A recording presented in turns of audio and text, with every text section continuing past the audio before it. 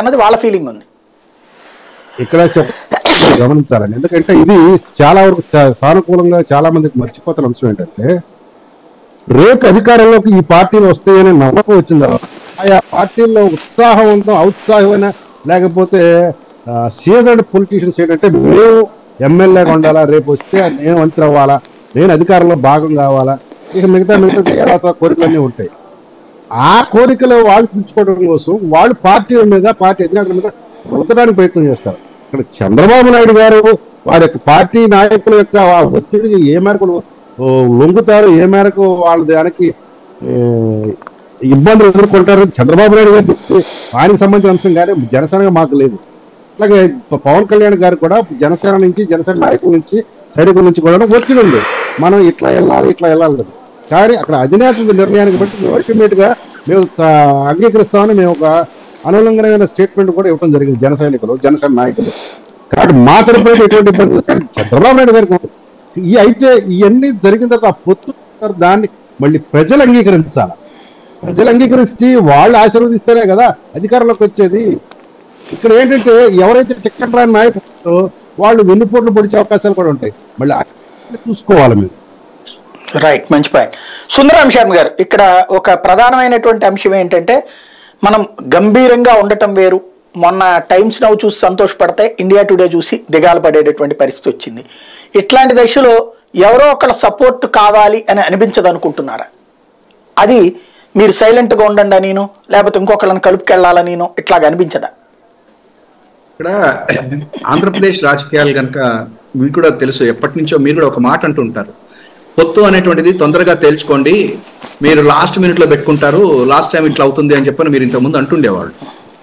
అట్లా ఇవాళ రోజున వాళ్ళ ముగ్గురే చెప్పుకుంటున్నారు అది అవుతుంది అని చెప్పి. ఇప్పటివరకు బీజేపీ వాళ్ళు ఇంకా బయటికి రాలేదు, కానీ జనసేన వీళ్ళు మాత్రము ఇవాళ ఏదో గుంటూరులో కూడా 17కి కానీ 13 తెలుగుదేశం పార్టీ వాళ్ళు ఇచ్చారని, మన వారాంత పలుకులు అయినట్టన్నా నెల్లూరులో వీళ్ళు అని చెప్పిన క్యాండిడేట్ల పేర్లు కూడా డిక్లేర్ చేసేసుకుంటే వెళ్ళిపోతున్నారు.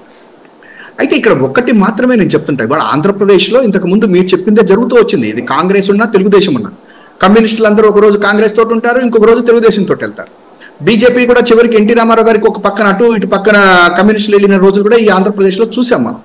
కాకపోతే ఇప్పుడు వచ్చేసరికి ఏంటంటే అన్లెస్ జగన్మోహన్ రెడ్డి గారు నేను ఎవరో ఒకరితో వెళ్తాను అని చెప్పని అంటే తప్ప ఇవన్నీ జరిగేవి కాదు. పోనీ ఆయన అంటాడా అంటే నిజానికి 2014 ఎన్నికల్లో 5 లక్షల ఓట్ల తోటతో లేకపోతే 1% తేడాతో ఓడిపోయిన తర్వాతన ఆయన మీద అన్ని ఇబ్బందులు ఉన్నప్పుడు జనరల్ గా ఏమవుతుందంటే సైకలాజికల్ గా లొంగుతారు, ఎందుకు వచ్చింది మనకి ఏదో ఒకరితో వెళ్దాము అని చెప్పని అనుకుంటారు. కానీ ఆయన ఏమంటున్నాడు, నేను ఇంకా నాకు ఇది ఉంది, నేను పోటీ చేస్తా, ప్రజలు ఆశీర్వదించని వస్తాను, ఏమవుతుంది అనేటువంటి ఒక డెసిషన్ తీసుకున్నటువంటి నాయకుడితో మనం ఏం చేయలేము.